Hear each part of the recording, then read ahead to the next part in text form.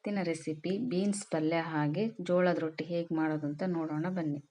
ಮೊದಲು gas on ಮಾಡಿಕೊಂಡು ಅದಾದಮೇಲೆ ಒಂದು ಬಾಣಲೆಯನ್ನು ಬಿಸಿ ಮಾಡೋದಕ್ಕೆ ಇಡಿ. ಅದು ಸ್ವಲ್ಪ ಬಿಸಿ ಆಗಿದ್ಮೇಲೆ ಒಂದು ಲೋಟದಷ್ಟು ಪಾವಿನ ಲೋಟದಷ್ಟು ನೀರು ಹಾಕಿ ಮುಚ್ಚಳ ಮುಚ್ಚಿ ಕುದಿಯೋದಕ್ಕೆ ಬಿಡಿ. ನೀರು ಕುದಿಯೋದಕ್ಕೆ ಶುರುವಾಗಿದ್ಮೇಲೆ ಅದೇ ಅಳತೆಯ ಒಂದು ಲೋಟದಲ್ಲಿ ಜೋಳದ ಹಿಟ್ಟನ್ನು ತಗೊಂಡು ಕುದಿಯುವಂಥ ನೀರಿಗೆ ಹಾಕಿ ಈ ಮಿಶ್ರಣವನ್ನು ಹಾಗೆ ಗ್ಯಾಸ್ ಮೇಲೆ ಮೀಡಿಯಂ ಊರಿನಲ್ಲಿ ಸ್ವಲ್ಪ ಹೊತ್ತಿನ ತನಕ ಕುದಿಯಲು ಬಿಡಿ. 2 ರಿಂದ 3 ನಿಮಿಷಗಳ ಕಾಲ ಚೆನ್ನಾಗಿ ಹಿಟ್ಟು ಕುದ್ದ ನಂತರ ಒಂದು ಚಮಚದ ಸಹಾಯದಿಂದ ಚೆನ್ನಾಗಿ ನೀರಿನ ಜೊತೆ ಮಿಕ್ಸ್ ಮಾಡ್ಕೊಳ್ಳಿ. ಎಲ್ಲ ಚೆನ್ನಾಗಿ ಮಿಕ್ಸ್ ಆದಮೇಲೆ ಸೆಟ್ ಆಗೋಕ್ಕೋಸ್ಕರ ಪ್ಲೇಟ್ ಮುಚ್ಚಿ ಪಕ್ಕಕ್ಕೆ ಇಟ್ಕೊಳ್ಳಿ. ಈಗ ಬೀನ್ಸ್ ಪಲ್ಯ ಹೇಗೆ ಮಾಡೋದು ಅಂತ ನೋಡೋಣ ಬನ್ನಿ. ಗ್ಯಾಸ್ ಆನ್ ಮಾಡಿಕೊಂಡು ಅದ್ರ ಮೇಲ್ಗಡೆ ಒಂದು ಕುಕ್ಕರ್ನ ಕಡಾಯಿಯನ್ನು ಇಟ್ಕೊಂಡು ಅದಕ್ಕೆ ಒಂದು 2 ರಿಂದ 3 ಸ್ಪೂನ್ ಆಗುವಷ್ಟು ಅಡುಗೆ ಎಣ್ಣೆ ಹಾಕ್ಕೊಳ್ಳಿ. ಎಣ್ಣೆ ಚೆನ್ನಾಗಿ ಬಿಸಿ ಆದಮೇಲೆ ಅದಕ್ಕೆ ಸ್ವಲ್ಪ ಸಾಸಿವೆ, ಜೀರಿಗೆ, ಕರಿಬೇವಿನ ಸೊಪ್ಪು ಮತ್ತು ಶುಂಠಿ ಬೆಳ್ಳುಳ್ಳಿ ಪೇಸ್ಟ್ ಹಾಕಿ ಚೆನ್ನಾಗಿ ಕೈ ಆಡಿಸ್ಕೊಳ್ಳಿ. ಅದಾದಮೇಲೆ ಮೀಡಿಯಮ್ ಸೈಜ್ನ 3 ಹಸಿಮೆಣಸಿನ್ಕಾಯಿ ಚಿಕ್ಕದಾಗಿ ಕಟ್ ಮಾಡಿರೋದು, ಒಂದು ಮೀಡಿಯಮ್ ಸೈಜ್ ಈರುಳ್ಳಿ, ಹಾಗೆ ಒಂದು ಮೀಡಿಯಮ್ ಸೈಜ್ ಇರೋವಂಥ ಹುಳಿ ಟೊಮೆಟೊನ ಕಟ್ ಮಾಡಿ ಇಟ್ಕೊಂಡಿರೋದನ್ನು ಅದಕ್ಕೆ ಮಿಕ್ಸ್ ಮಾಡಿ ಚೆನ್ನಾಗಿ ಕೈ ಆಡಿಸ್ಕೋಬೇಕಂದ್ರೆ ಹುರಿಬೇಕು ಅದೇ ಎಣ್ಣೆಯಲ್ಲಿ. ಇವಾಗ ಫ್ಲೇಮ್ ಮೀಡಿಯಮ್ ಊರಿನಲ್ಲಿ ಇಟ್ಕೊಂಡಿರಿ. 2 ರಿಂದ 3 ನಿಮಿಷ ಕಾಲ ಹುರಿದ ಮೇಲೆ ಚಿಕ್ಕದಾಗಿ ಮಾಡಿಟ್ಕೊಂಡಂತಹ ಬೀನ್ಸು ಮತ್ತು ಚಿಕ್ಕದಾಗಿ ಕಟ್ ಮಾಡಿ ಇಟ್ಕೊಂಡಿರೋಂಥ ಒಂದು ಕ್ಯಾರೆಟನ್ನು ಹಾಕಿ ಚೆನ್ನಾಗಿ ಅದ್ರ ಜೊತೆ ಹುರಿಬೇಕು.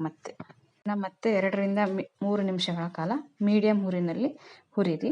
ನಂತರ ಇದಕ್ಕೆ ನಿಮಗೆ ರುಚಿಗೆ ತಕ್ಕಷ್ಟು ಉಪ್ಪನ್ನು ಹಾಕ್ಕೊಂಡು, ಅಂದರೆ ನಾನಿಲ್ಲಿ ಕಲ್ಲುಪ್ಪನ್ನು ಬಳಸ್ತಾ ಇದ್ದೀನಿ ಟೇಸ್ಟ್ ಚೆನ್ನಾಗಿರುತ್ತೆ ಅಂತೇಳಿ, ಜೊತೆಗೆ ಸ್ವಲ್ಪ ಅರಿಶಿನ ಪುಡಿಯನ್ನು ಹಾಕ್ಕೊಂಡು ಈಗ ತರಕಾರಿ ಮುಳುಗೋವಷ್ಟು ಸ್ವಲ್ಪ ತಣ್ಣೀರನ್ನು ಹಾಕ್ಕೊಳ್ಳಿ. ಅದಾದಮೇಲೆ ಮೇಲೆ ಕೆಳಗೆ ಎಲ್ಲ ಸುತ್ತಲೂ ಸಹಿತನು ಚಮಚದ ಸಹಾಯದಿಂದ ಎಲ್ಲ ತರಕಾರಿಗಳನ್ನು ಚೆನ್ನಾಗಿ ಮಿಕ್ಸ್ ಮಾಡ್ಕೊಳ್ಳಿ. ನಾನು ಬಳಸ್ತಾ ಇರೋವಂಥ ಅರಿಶಿನ ಇದು ನಮ್ಮ ಅಜ್ಜಿ ಮನೆಯಲ್ಲೇ ಮಾಡಿಕೊಟ್ಟಿರೋ ಅಂಥದ್ದು, ತುಂಬ ಚೆನ್ನಾಗಿದೆ.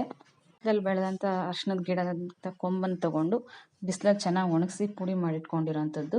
ಅದರ ಲಿಡ್ನ ಕ್ಲೋಸ್ ಮಾಡಿ 2 ವಿಷಲನ್ನು ಕೂಗಿಸ್ಕೊಳ್ಳಿ. ಈಗ ನಾವು ಪಕ್ಕಕ್ಕೆ ರೆಡಿ ಮಾಡಿ ಇಟ್ಕೊಂಡಿಂಥ ಜೋಳದ ಹಿಟ್ಟಿನ ಸೆಟ್ಟಾಗಿ ಚೆನ್ನಾಗಿ ತಣ್ಣಗಾಗಿರುತ್ತೆ.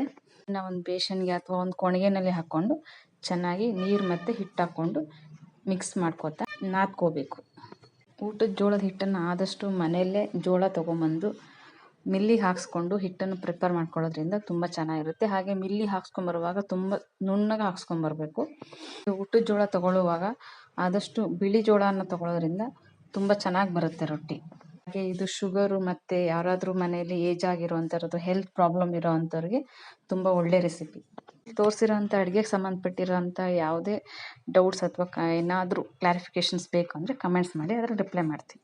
ಹೊತ್ಕೊತಾ ಇರೋದು ಆದಷ್ಟು ನಾವು ಚಪಾತಿ ಮಾಡುವಾಗ ಹೇಗೆ ಚೆನ್ನಾಗಿ ಸಾಫ್ಟಾಗಿ ಉದ್ದಕ್ಕೆ ಹೆಲ್ಪ್ ಆಗೋ ಥರ ಇರುತ್ತೆ, ಅದೇ ಥರನೇ ಹಿಟ್ಟು ಸ್ವಲ್ಪ ನೀರನ್ನ ಚೆನ್ನಾಗಿ ಮಿಶ್ರಣ ಮಾಡಿಕೊಂಡು ನಾದ್ಕೊಂಡು ಚಿಕ್ಕ ಚಿಕ್ಕ ಉಂಡೆಗಳನ್ನಾಗಿ ಮಾಡಿಟ್ಕೊಂಡು, ಜೊತೆಗೆ 2 ಕಡೆನೂ ಸಹ ಹಿಟ್ಟು ಹಚ್ಕೊಂಡು ಚೆನ್ನಾಗಿ ಉದ್ಕೋಬೇಕು. ನಾನಿಲ್ಲಿ ತೋರಿಸ್ತಾ ಇದ್ದೀನಲ್ಲ ಹಾಗೆ. ನಾರ್ಮಲಾಗಿ ನಾನು ಮನೇಲಿ ರೊಟ್ಟಿ ಮಾಡುವಾಗ ಆದಷ್ಟು ಒಂದು ಉದ್ದುತ್ತಾ ಒಂದು ಪಕ್ಕಕ್ಕೆ ಜೊತೆಗೆ ಬೇಯಿಸ್ಕೋತಾನೆ ರೆಡಿ ಮಾಡ್ಕೋತೀನಿ. ಆದರೆ ಇಲ್ಲಿ ತೋರಿಸೋದಕ್ಕೋಸ್ಕರ 4 ರಿಂದ 5 ಉಳ್ಳೆಗಳನ್ನು ಮೊದಲೇ ರೆಡಿ ಮಾಡಿ ಇಟ್ಕೊಂಡು ಆಮೇಲೆ ಬೇಯಿಸೋದನ್ನು ತೋರಿಸ್ತೀನಿ. ಆದಷ್ಟು ನಮ್ಮ ತಂದೆ ತಾಯಿ ಮತ್ತು ಅಜ್ಜ ಅಜ್ಜಿ, ನಮ್ಮ ಹಿರಿಯರು ಏನು ಮುಂಚೆಯಿಂದನೂ ಸಹಿತನು ಆರೋಗ್ಯ ಪದ್ಧತಿನ ರೂಢಿ ಮಾಡ್ಕೊಂಡು ಬಂದಿದ್ದಾರೆ, ಅದನ್ನೇ ಆದಷ್ಟು ಫಾಲೋ ಮಾಡಿದ್ರೆ ನಮ್ಮ ಆರೋಗ್ಯಕ್ಕೂ ಸಹಿತನು ಒಳ್ಳೆಯದು. ಹಾಗೆ ನೆಕ್ಸ್ಟ್ ಜನ್ರೇಷನ್ ಸಹಿತನು ಅದನ್ನೇ ಕಲಿತಾರೆ. ತುಂಬ ಕಡೆ ಮಿಷನಲ್ಲಿ ಮಾಡಿರೋವಂಥ ರೊಟ್ಟಿ ಸಿಗುತ್ತೆ, ಆದರೆ ಕೈಯಲ್ಲಿ ಮಾಡಿರೋವಂಥ ರೊಟ್ಟಿನಲ್ಲಿ ಸಿಗೋವಂಥ ಟೇಸ್ಟು ಮತ್ತು ಆ ಪ್ರೀತಿ ಸಹೋದಿಲ್ಲ. ಹಾಗೆ ನಾನಿಲ್ಲಿ ಮಾಡಿರೋವಂತಹ ರೊಟ್ಟಿ ಮತ್ತು ಪಲ್ಯ ಸಾಧಾರಣವಾಗಿ 2 ರಿಂದ 3 ಜನಕ್ಕೆ ಸಾಕಾಗುತ್ತೆ. ನಿಮ್ಮ ಮನೆಯಲ್ಲಿ ಯಾರಾದರೂ ಚಿಕ್ಕ ಮಕ್ಕಳು ಇದ್ದರೆ ಲಾಸ್ಟಲ್ಲಿ ಉಳ್ಳೆ ಮಾಡಿರ್ತೀರಲ್ಲ, ಉಂಡೆನಲ್ಲಿ ಚಿಕ್ಕದೊಂದು ಉಂಡೆನ ಮಕ್ಕಳ ಜೊತೆ ಒಂದು ಕೊಡಿ. ಅವರು ಕೊಳಪೆ ಮತ್ತು ಮಣೆ ತೊಗೊಂಡು ಅವ್ರ ಉದ್ದಕ್ಕೂ ಸಹ ಪ್ರಯತ್ನ ಮಾಡ್ತಾರೆ. ಅವ್ರಿಗೂ ಒಂಥರ ಎಂಟರ್ಟೈನ್ಮೆಂಟ್ ಮತ್ತು ಕಲಿಕೆ ಆದಂಗೆ ಆಗುತ್ತೆ.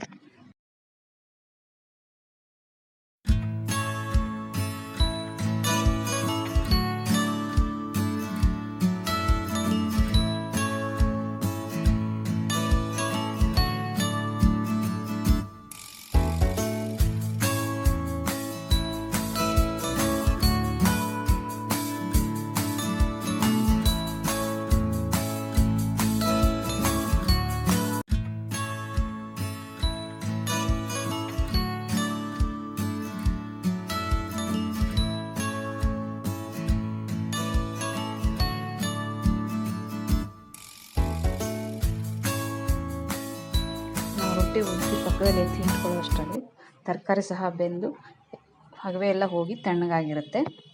ಅದನ್ನು ಚೆನ್ನಾಗಿ ಮಿಕ್ಸ್ ಮಾಡ್ಕೊಂಡು ಓಪನ್ ಮಾಡಿದ್ದಾದಮೇಲೆ ಸ್ವಲ್ಪ ಮನೇಲಿ ಮಾಡಿದಂತಹ ಸಾಂಬಾರು ಪುಡಿ ಹಾಗೆ ಕೃಷಣಿ ಪುಡಿ ಅಥವಾ ಹುಚ್ಚೆಳ್ಳು ಅಂತಲೂ ಕರೀತಾರೆ, ಜೊತೆಗೆ ಸ್ವಲ್ಪ ಕೊಬ್ಬರಿ ತುರಿ, ಒಂದು ಮುಷ್ಟಿ ಆಗುವಷ್ಟು ಸಣ್ಣಗೆ ಹೆಚ್ಚಿಟ್ಕೊಂಡಿರೋಂಥ ಕೊತ್ತಂಬರಿ ಸೊಪ್ಪು, ಇದನ್ನೆಲ್ಲವನ್ನು ಹಾಕಿ ಚೆನ್ನಾಗಿ ಮಿಕ್ಸ್ ಮಾಡಿ ಗ್ಯಾಸ್ ಆನ್ ಮಾಡಿ ಮಧ್ಯಮ ಊರಿನಲ್ಲಿ ಮತ್ತೆ 2ರಿಂದ 3 ನಿಮಿಷಗಳ ಕಾಲ ಚೆನ್ನಾಗಿ ಪಲ್ಯವನ್ನು ಕುದಿಸ್ಕೋಬೇಕು. ಪಲ್ಯವನ್ನು ಒಂದು ಸ್ವಲ್ಪ ಟೇಸ್ಟ್ ಮಾಡಿ ನೋಡಿ, ಏನಾದರೂ ಬೇಕು ಅನಿಸಿದ್ರೆ ಖಾರ ಅಥವಾ ಉಪ್ಪು ಏನಾದರೂ ಬೇಕು ಅನಿಸಿದ್ರೆ ಸರಿ ಮಾಡ್ಕೋಬೋದು. ಪಕ್ಕದ ಒಲೆನ ಆನ್ ಮಾಡಿಕೊಂಡು ಅದ್ರ ಮೇಲೆ ಕುಕ್ಕರ್ನ ಇಟ್ಕೊಂಡು ಈಗ ರೊಟ್ಟಿ ಬೇಯಿಸೋದಕ್ಕೆ ರೆಡಿ ಮಾಡ್ಕೊಳ್ಳೋಣ. ರೊಟ್ಟಿ ಬೇಯೋದಕ್ಕೆ ಹಂಚನ್ನು ಗ್ಯಾಸ್ ಆನ್ ಮಾಡಿದ್ಬಿಟ್ಟು ಅದ್ರ ಮೇಲೆ ಇಟ್ಕೊಂಡು ಬಿಸಿಯಾಗೋದಕ್ಕೆ ಬಿಟ್ಬಿಡಿ. ಅದು ಬಿಸಿ ಆಗಿದ ಮೇಲೆ 1-2 ಹನಿ ನೀರನ್ನು ಸಿಂಗಿಸಿ ನೋಡಿ, ಗೊತ್ತಾಗುತ್ತೆ ನಿಮಗೆ.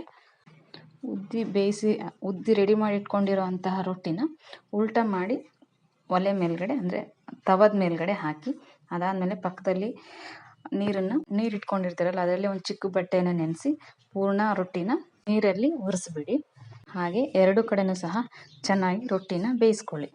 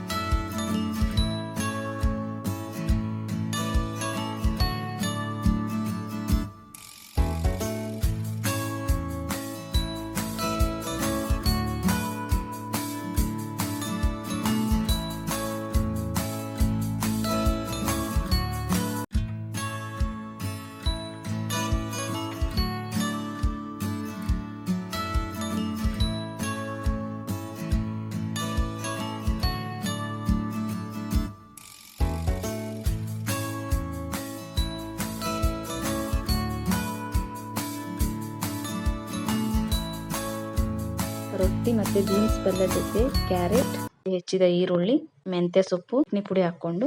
For watching.